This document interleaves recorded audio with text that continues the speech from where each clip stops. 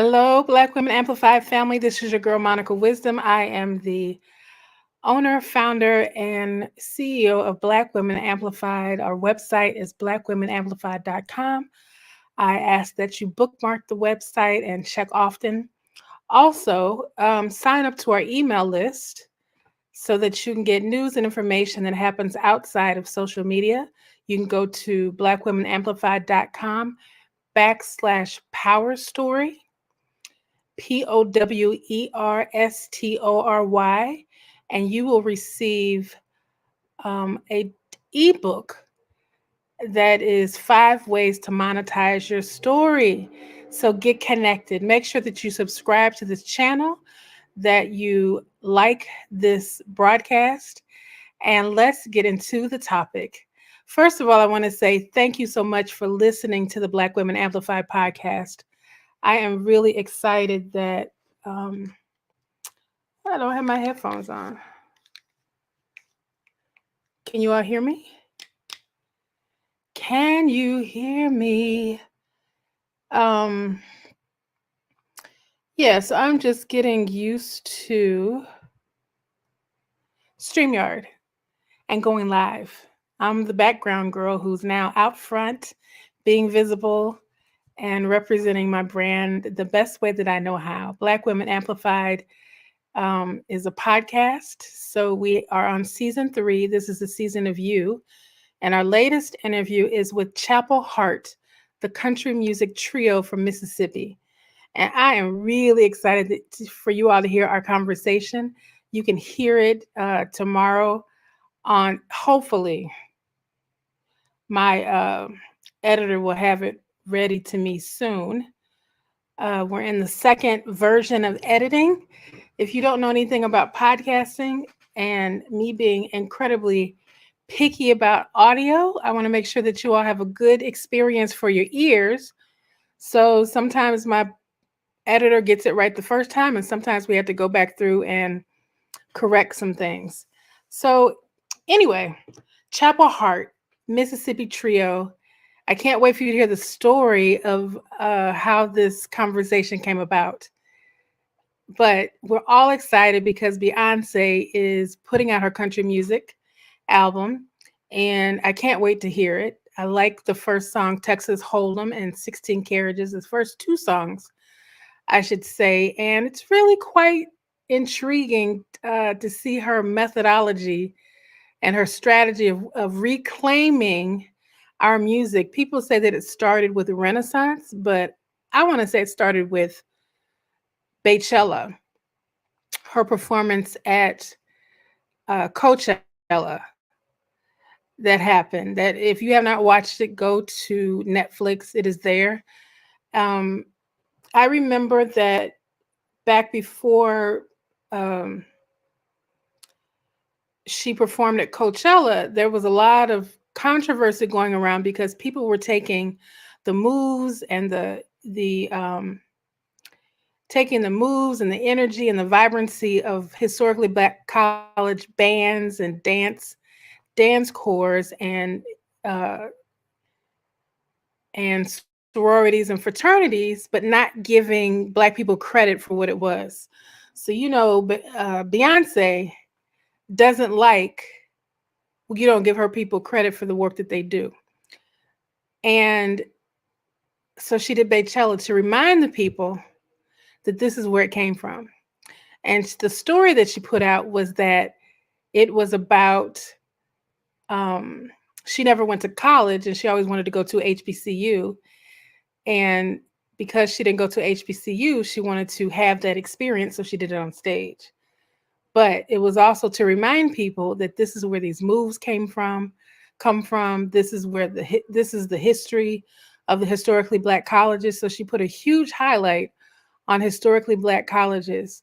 And so she moved in with Renaissance to house music, because house music has been renamed EMD, electronic dance music, but it's house music. House music came just after disco. And the reason I know this is because I worked with an independent house label for over 10 years called Yuba Records. And I learned a lot about house music. And I live right down the road from Chicago, where house music was born. techno music was born in Detroit City.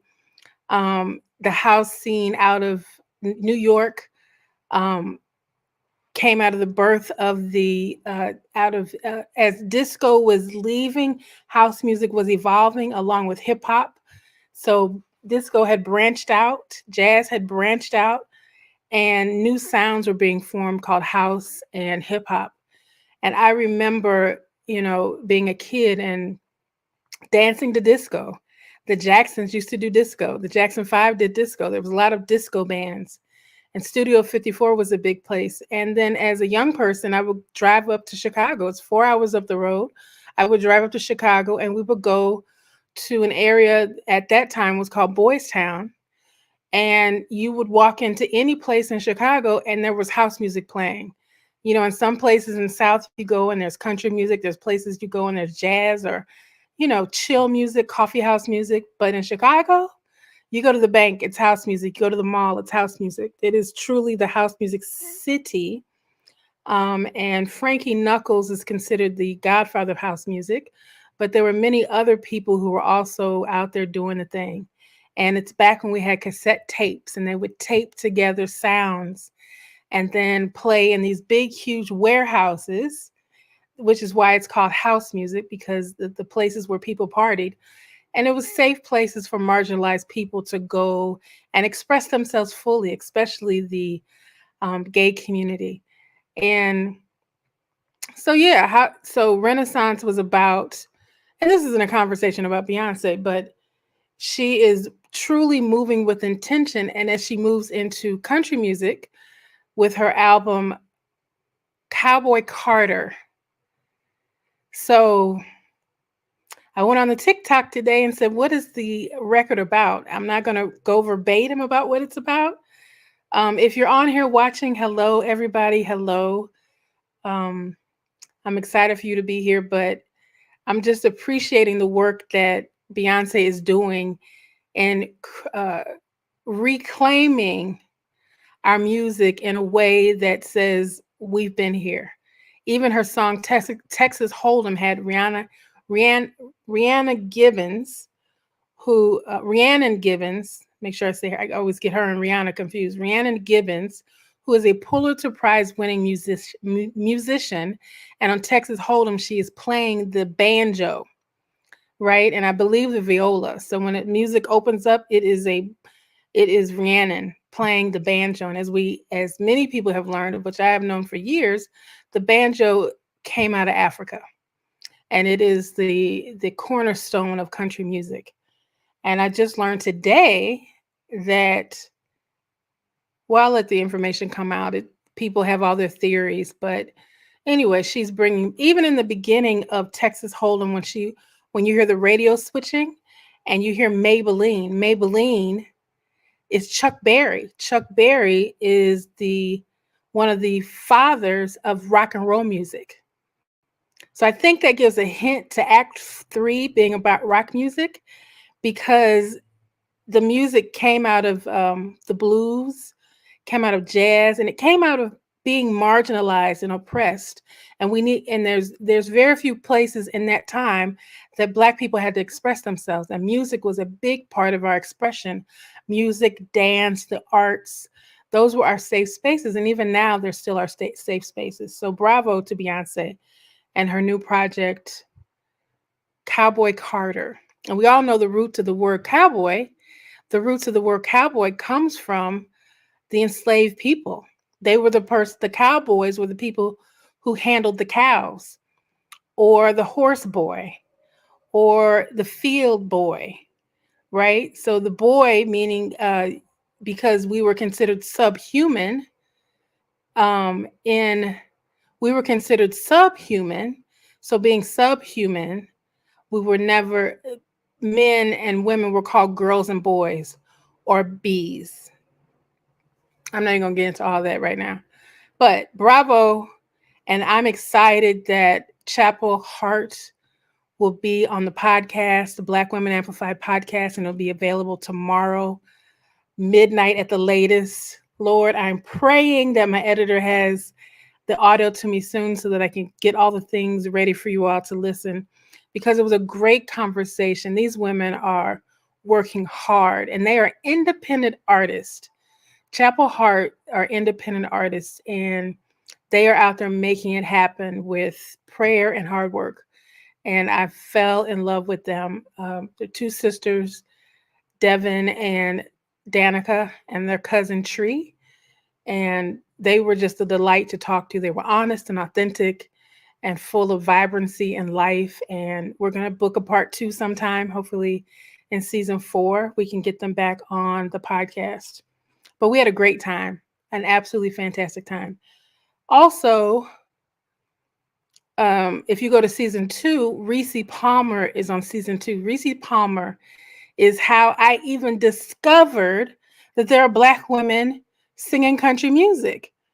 And I discovered her on Twitter. We connected on Twitter, and I put out a tweet. You'll hear all the story of how we connected on the episode with Chapel Heart, but connected with her and was able to interview her on season 2 of the Black Women Amplified podcast. So that was absolutely fantastic. So let's get into this subject. Let me tell you something. Purpose. I have been talking about purpose for a while now. There's a couple of episodes on the podcast talking about purpose. And for Black women, because we have such a pressure to be excellent in the society, our parents taught us to be 10 steps ahead just so we will be accepted. It puts a lot of pressure on us. And I think one of those pressures is the idea of we should be working in our purpose. So I asked the question, what is purpose? So I've been posing the question to myself as I look at my life and, looking retrospectively at the things that I've been through, the things I have experienced, and what I have come to discover. And the reason I talk about purpose is because often purpose leads to the idea of disappointment, that if I'm not on purpose, then I must not be doing life right. Okay.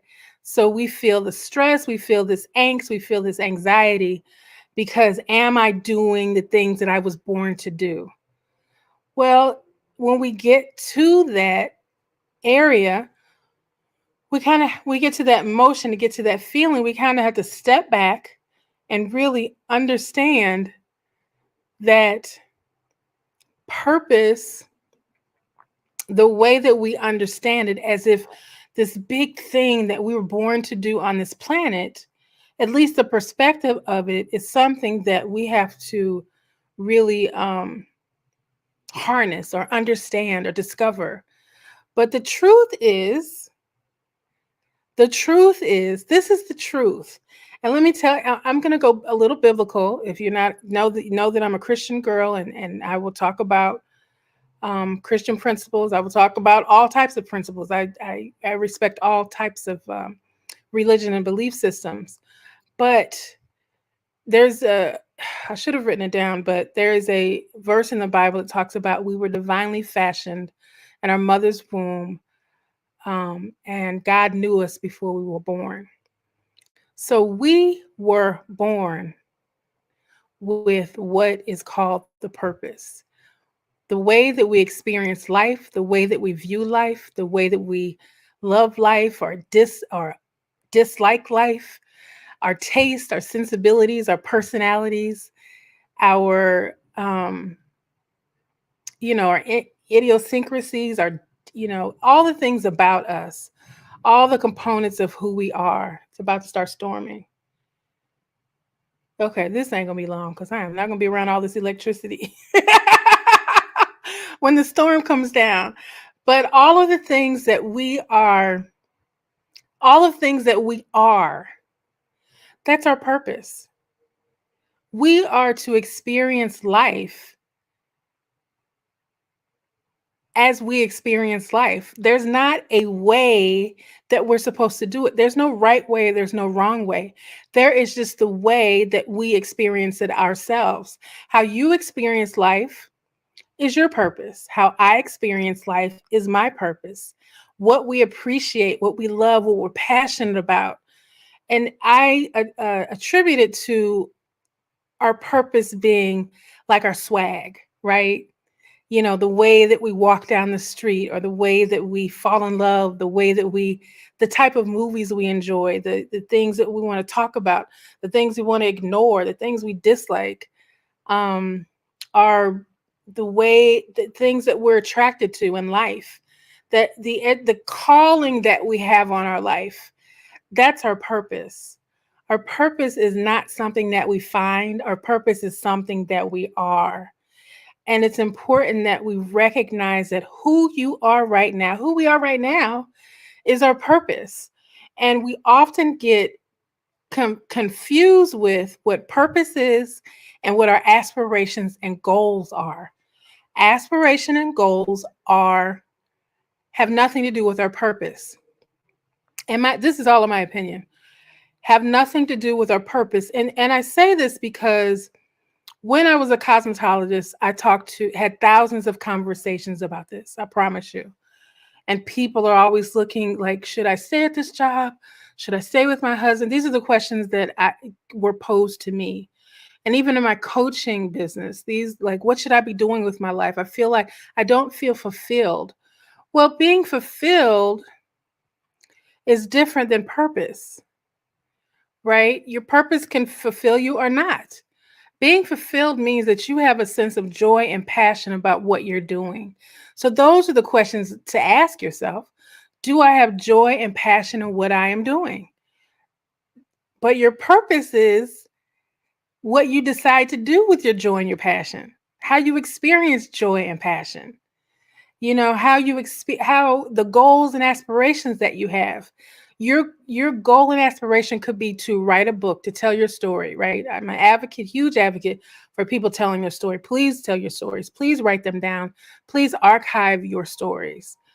And when you read about yourself, or when you journal about yourself and go back, you can distinguish, oh, that wasn't me. Who was that?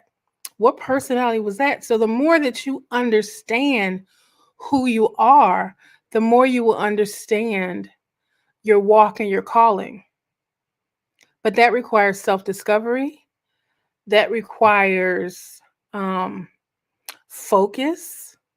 That requires blocking out the noise. That requires taking a break from social media, comparing yourself to other people. It takes all of those things to ensure that you stay focused on your journey, right? So your journey, that's what you were born to live. The journey that you're walking right now. Sometimes it doesn't feel good. Sometimes it feels amazing. Sometimes you feel off kilter. And that's normal. That's human emotion. We often think we're supposed to be happy all the time. That passion is about bringing joy to our life. That's not what purpose is. So if you want to have a joyous life, discover what brings you joy. Discover what makes you happy. Discover what makes you feel fulfilled. Take that time to do that. You know, stay curious. Anticipate life in a whole new way. Build a new vision for yourself and set goals to get you there. But the way in which you are when you're there, that's your purpose. Your purpose is who you are. It's not anything that you go after. You were born with it. Do you have children around you, or children that you have watched grow up, and you look back at the photographs and you're like, they have the exact same personality they did when they were a kid. They act exactly the same way. That's purpose. It is. Who was there was a commercial that says you're born with it. You are born with it. But outside society tells us that it's not ours, that the way that we are is wrong, especially as Black women. We're constantly told that Our complexion isn't the right complexion. The way we speak is not the proper way to speak. The way that we live our life and the choices we make are not, right and proper for American society. We are American society. We birthed American society. So how could it be wrong? There has been and I'm calling it an epidemic of grievance lifestyle where we complain and give our opinion about everything instead of taking a beat, taking a step back and really understanding what we're seeing. So it's important that we move away from the grievance lifestyle. I've started getting on TikTok a little bit more. Um, First of all, some of it is funny, but some of it used to be so much fun. Like Twitter used to be so much fun, but now it's all about grievances and what's wrong with the world and what's wrong with you. And I don't like the way that this person said this, and I don't like the way that this person says that. And we're going to expose this person. We're going to expose that person. Why? Let people live. We're all going through this life and we F it up every single day. I F up something. Something I mess up. But you know what? It's okay. It's okay. It's a part of my process of learning. It's a part of my process of growing. One thing I always say is that remind people that diamonds came from coal. Diamonds are pressurized coal, pressured so much that they shine.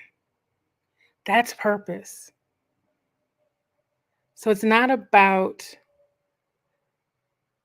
giving or seeking or finding. The only thing to seek and find is more about yourself, self-discovery. If you want to get clear about why you're here, if you want to get clear about the life that you were born to live, go inside and discover yourself. And I'm not trying to sound preachy. I'm not trying to sound like I know better than anybody else. I'm just sharing my experience. I have lived this life for over half a century now. And I tell you what, bliss comes when I accept myself for who I am. That's where my joy comes from. All the mistakes that I've made, all the lessons that I've learned, all the triumphs that I've had, all the experiences that I've had, I'm on purpose. I'm exactly where I'm supposed to be. There's a book by Eckhart Tolle called The Power of Now, right? Now is the only place that we can create from. I love that book because and Gary Zukav also wrote a book called, I can't remember the name of it.